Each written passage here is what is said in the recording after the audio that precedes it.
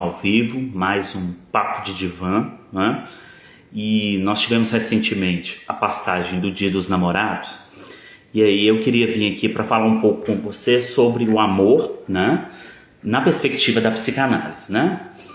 Nós vamos iniciar com uma frase de Lacan, que ele dizia que o amor é dar o que não se tem a alguém que não o quer.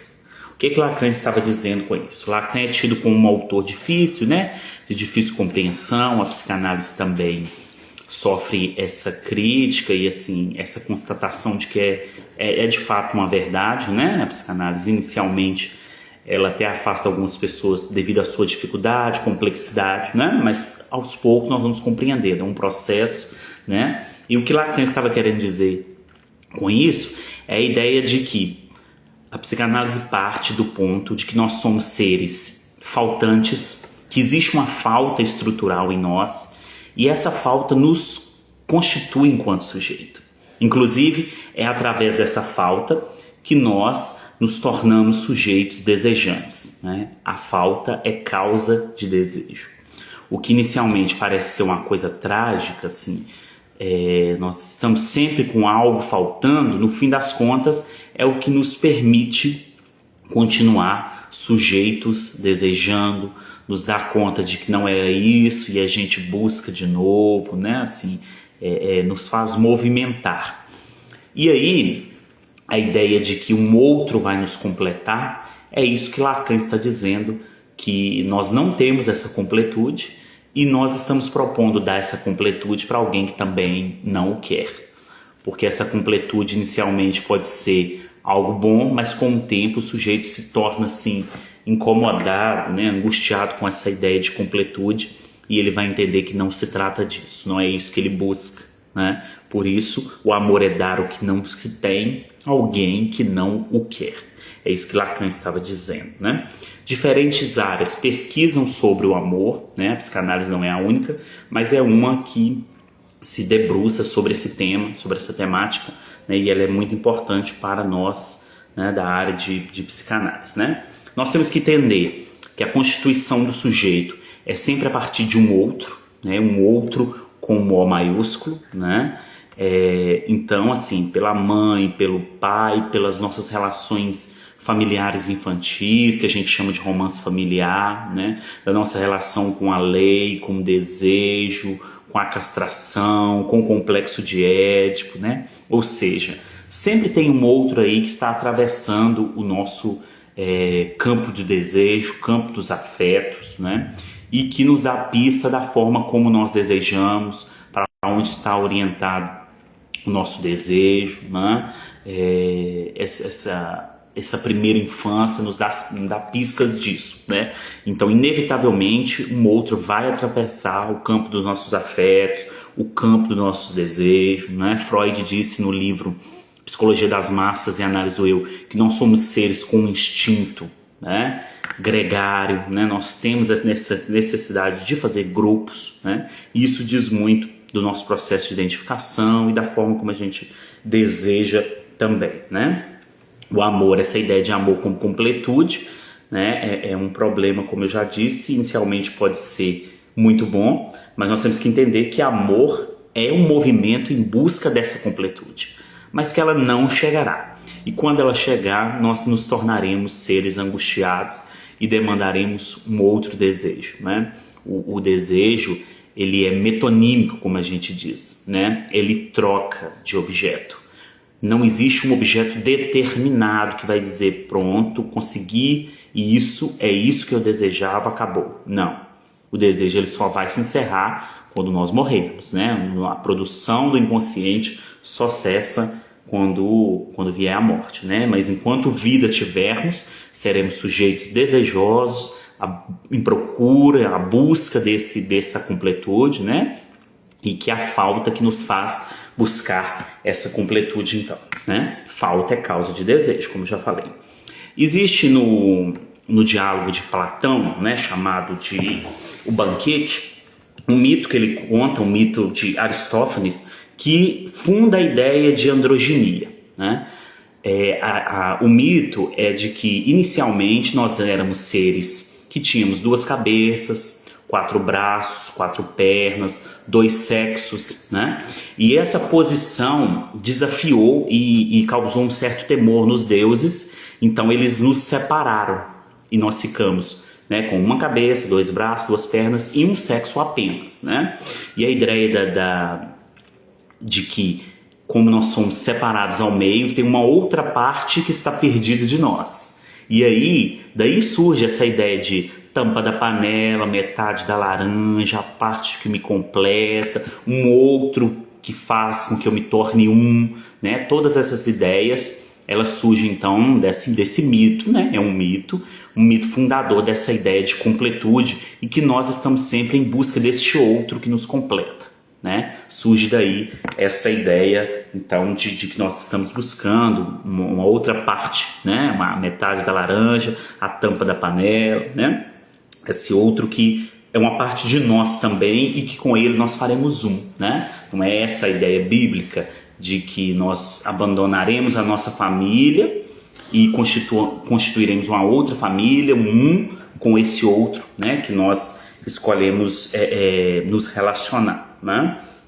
O amor, ele é sempre a partir do nosso romance familiar, como eu já disse, né? Então, como foi, em que papel nós estávamos lá na nossa primeira infância, como era a relação com nossos pais, que lugar nós ocupávamos nesse campo de desejo, de afetos, né, da nossa família, desse romance familiar, nos dá a pista, né, da forma que nós somos sujeitos hoje desejantes, né, e o que nós desejamos também nos nossos relacionamentos, né.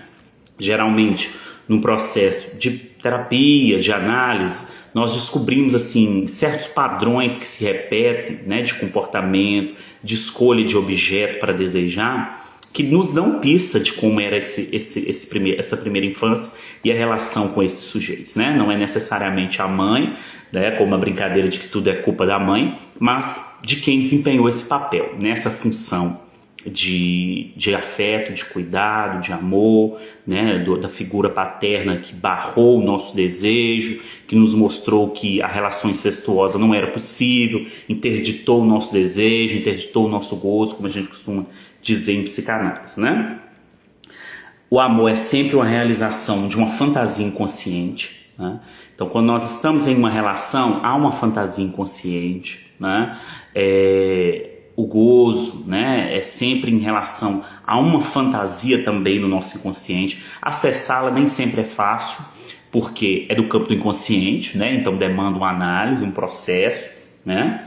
Mas é uma fantasia inconsciente. Mas nós temos como ter algumas pistas. Sabe aquilo que a gente não consegue dizer em voz alta? Aquilo que nós não conseguimos dizer quando estamos em público com muitas pessoas? Isso nos dá pistas de que talvez o desejo seja orientado nesse sentido, né? É alguma coisa que nós temos dificuldade em reconhecer, que nos enrubrece, né? Que nos deixa com vergonha, né? O desejo está sempre mais ou menos nesse campo aí de que nos causa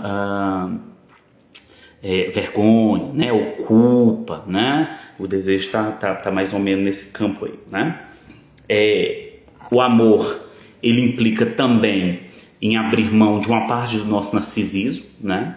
Freud compreendia que nós temos um narcisismo primário, de que a ideia é que nós somos o centro do mundo mesmo, que a mãe só tem olhos para nós, né? Que nós somos assim, estamos como principal, né? Esse narcisismo depois ele cai. E no amor nós temos que abrir mão de uma parte do nosso narcisismo, né? Nós temos que ceder, nós temos que entrar em acordo com um outro, que também é um outro sujeito, que tem os seus desejos, né?